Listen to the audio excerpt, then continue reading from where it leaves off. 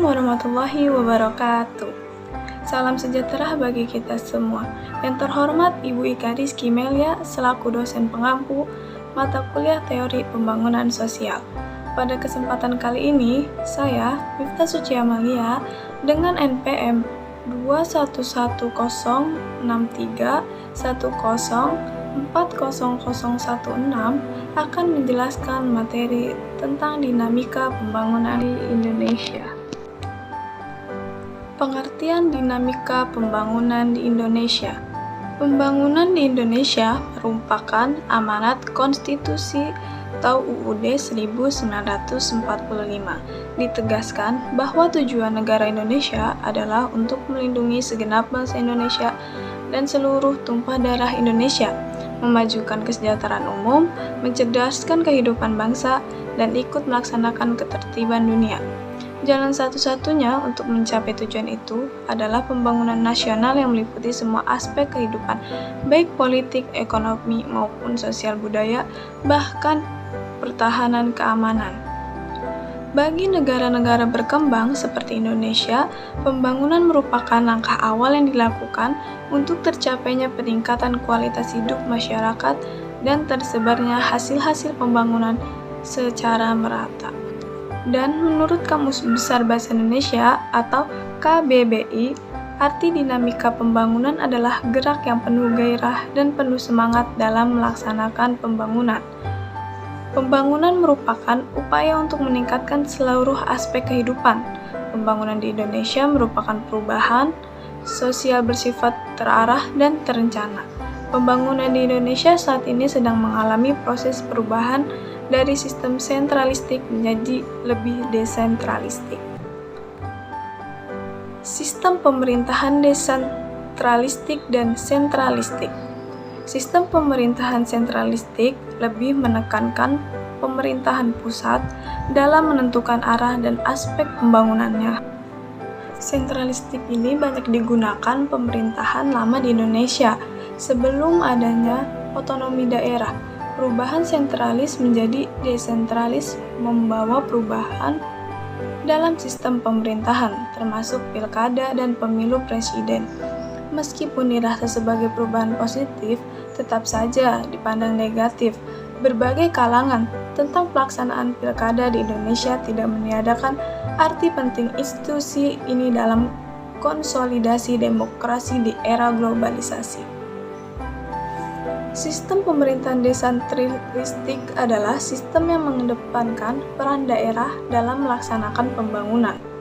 Menempatkan pemerintah daerah sebagai aktor penting dalam mendorong dan menggerakkan arah pembangunan di Indonesia, sehingga pemerintah daerah memiliki kewajiban lebih besar dalam menggerakkan pembangunan daerah. Pemerintah daerah juga diberikan hak dan kewajiban lebih besar untuk mengelola kekayaan alam dan keuangan daerah. Kewajiban, hak, dan kewenangan daerah dalam mengelola daerahnya secara mandiri disebut sebagai prioritas pembangunan di Indonesia itu ada 7. Yang pertama, penguatan ketahanan ekonomi. Penguatan ketahanan ekonomi ini untuk pertumbuhan berkualitas dan berkeadilan dengan arah kebijakan. Percepatan pemulihan ekonomi yang didorong, pemulihan daya beli dan usaha, serta diversifikasi dan peningkatan nilai tambah yang didukung oleh reformasi iklim usaha. Dan yang kedua, pengembangan wilayah.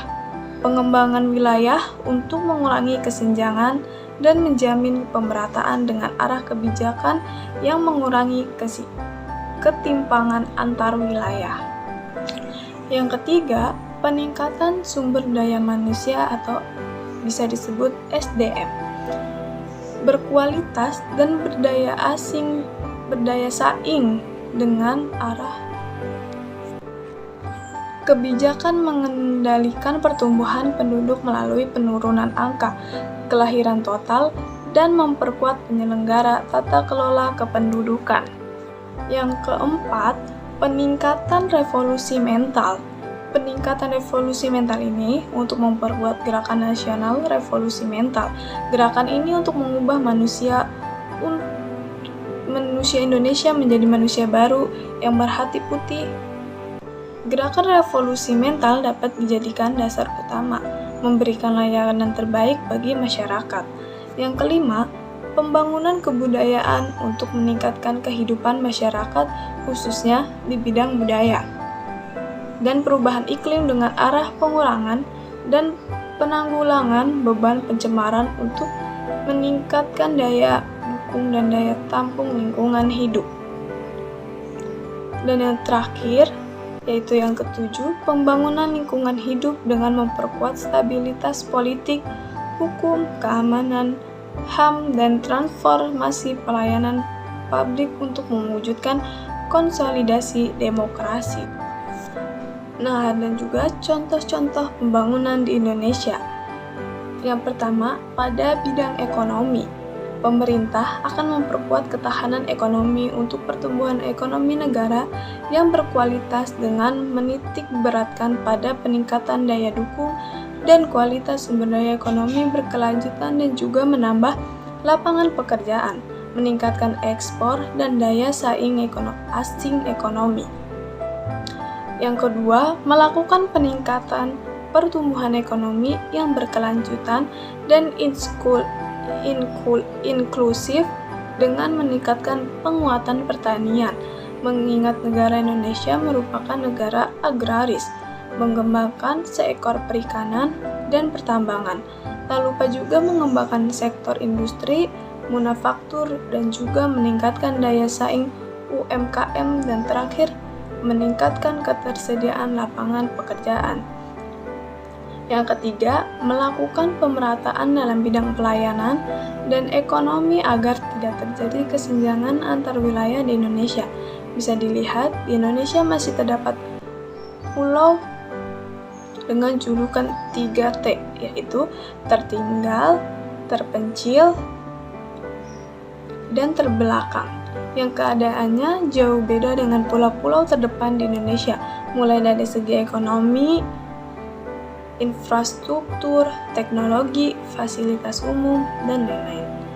Yang keempat, melakukan peningkatan SDM atau sumber daya manusia berkualitas dan memiliki daya asing yang tinggi dengan menitik beratkan pada sektor pemerataan, pendidikan, dan peningkatan mutu pendidikan serta meningkatkan layanan akses kesehatan masyarakat. Sumber daya manusia memang merupakan aspek penting di dalam pelaksanaan pembangunan. Hal tersebut dikarenakan manusialah yang menjadi aktor utama di dalam memaksimalkan pembangunan. Jika sumber daya manusia tidak berkualitas, maka negara ini tidak akan mampu bersaing dengan negara lain. Peningkatan sumber daya manusia yang dilakukan dengan meningkatkan kualitas pendidikan merupakan langkah pembangunan yang tepat, karena dari sekolahlah manusia dididik untuk menguasai ilmu pengetahuan dan teknologi. Yang kelima, melanjutkan revolusi mental dan pembangunan kebudayaan dengan menitik beratkan pada peningkatan karakter dan budi pekerti yang baik, dan membangun etos kerja yang baik. Yang keenam, meningkatkan pemerataan pembangunan infrastruktur guna mendukung pembangunan ekonomi di seluruh daerah di Indonesia. Dapat dilihat bahwa ketersediaan infrastruktur masih belum merata. Perbandingan dapat dilihat di desa dan di kota. Di desa masih banyak jalanan yang rusak dan terawat. Lampu-lampu juga masih ada yang belum lengkap. Kemudian signal untuk alat komunikasi juga terkadang susah. Sedangkan di kota, banyak jalan yang sudah bagus, halus, kemudian lampu-lampu kota juga terang, juga ketersediaan signal komunikasi yang lancar. Yang ketujuh, meningkatkan pembangunan lingkungan hidup guna mewujudkan lingkungan yang lebih baik lagi dan meningkatkan ketahanan bencana yang perubahan iklim.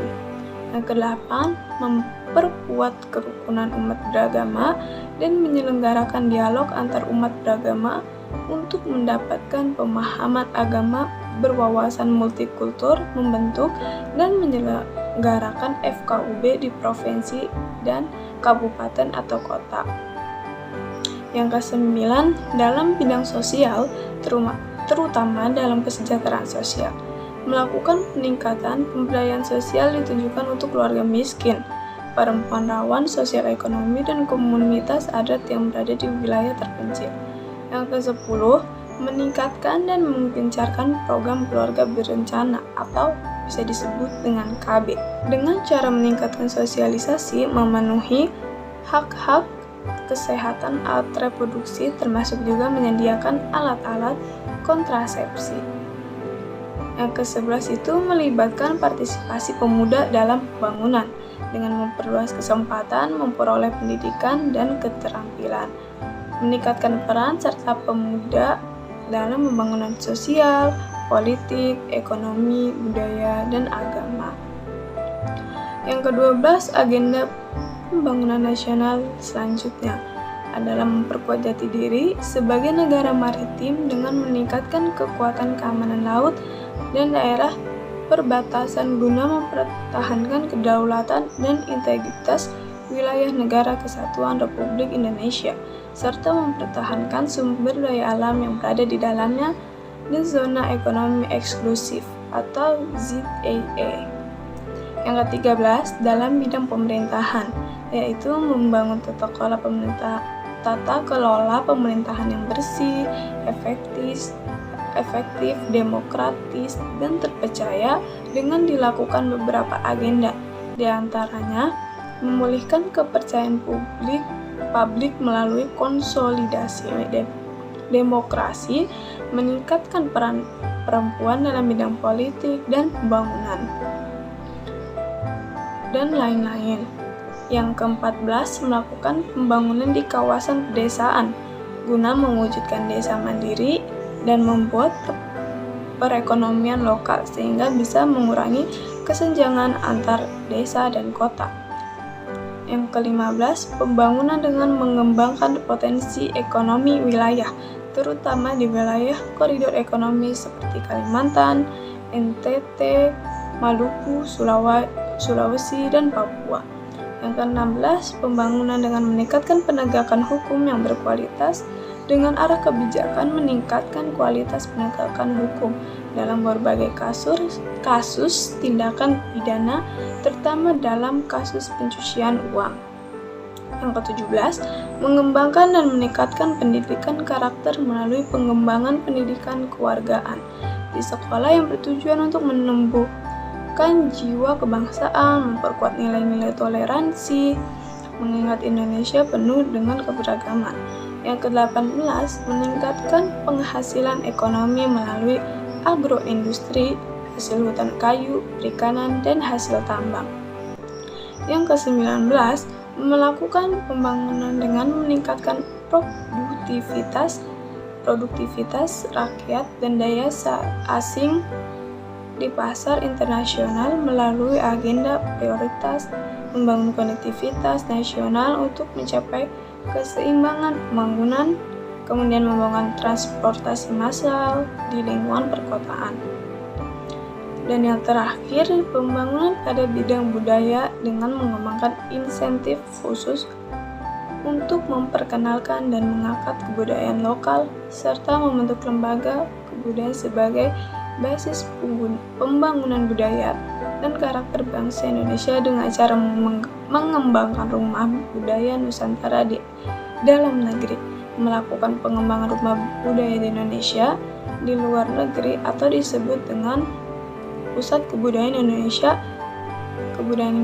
dan melakukan pembangunan museum dan pusat kesenian. Mungkin cukup sekian materi kali ini. Terima kasih dan mohon maaf jika banyak kesalahan. Wassalamualaikum warahmatullahi wabarakatuh.